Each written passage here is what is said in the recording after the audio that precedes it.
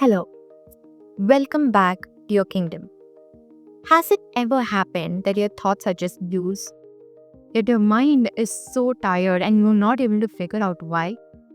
That there are so many thoughts in there and they're just running wild, and sometimes in this noisy world, you're not able to figure out what's more noisy, what's going outside or what's going inside. Today, we are going to talk about a very, very powerful topic: reclaiming our mind, reclaiming power over our mind, our best friend, our biggest asset, and also our worst enemy if left unchecked. Our minds are incredible tools. They help us function our body normally, they help us carry our daily tasks properly. But if left unchecked, there are so many thoughts, so many distractions, so many negativity. Negativity can literally hijack your mind. You can't do anything else properly. It's going to reduce your confidence and all, of course. But sometimes the power of negative thoughts in your brain actually affects your physical health.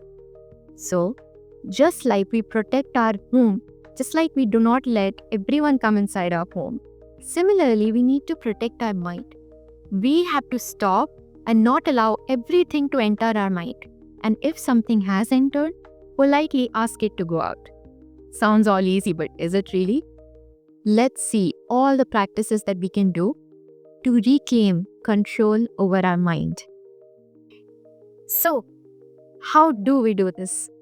How do we do this incredibly difficult task? Because we all know it is difficult. So, there are some practices that we can do. These are very generic and obvious, and you would have heard it a lot of times. But if done properly, they actually work.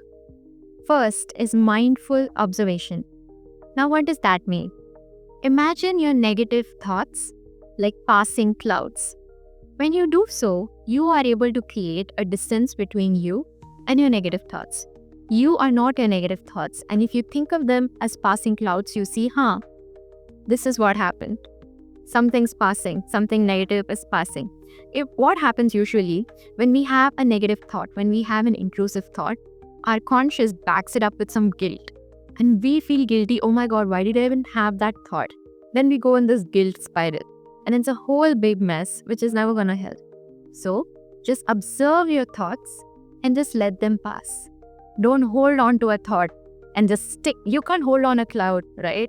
It'll pass. Similarly, treat your thoughts like that. Let it pass. Then, second, guard your inputs.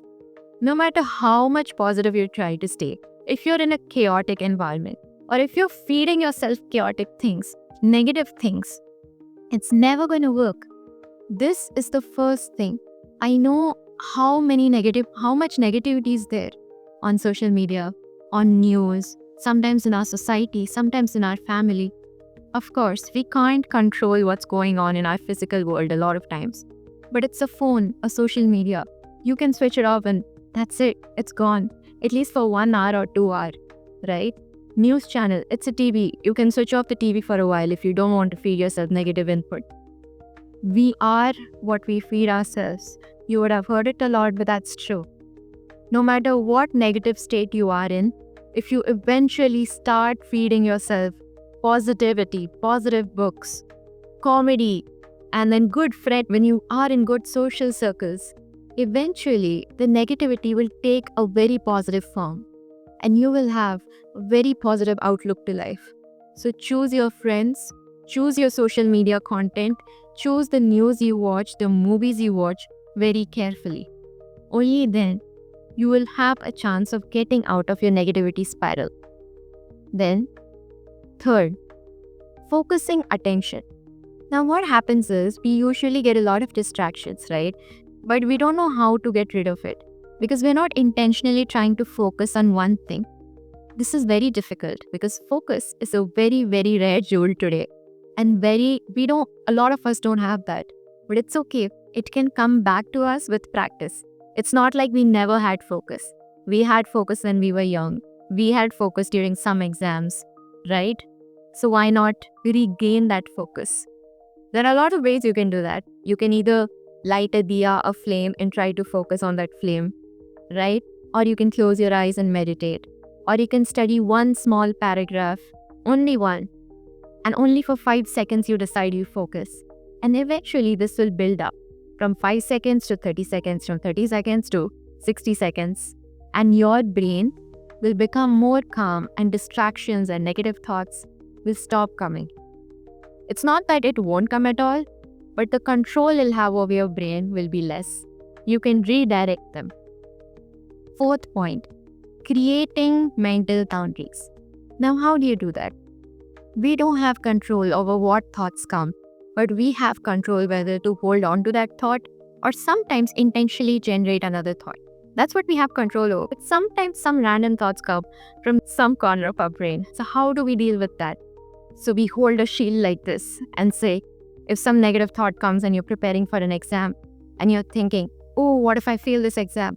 And then you hold a shield, it's like, no, bro, we're not going to think about this today.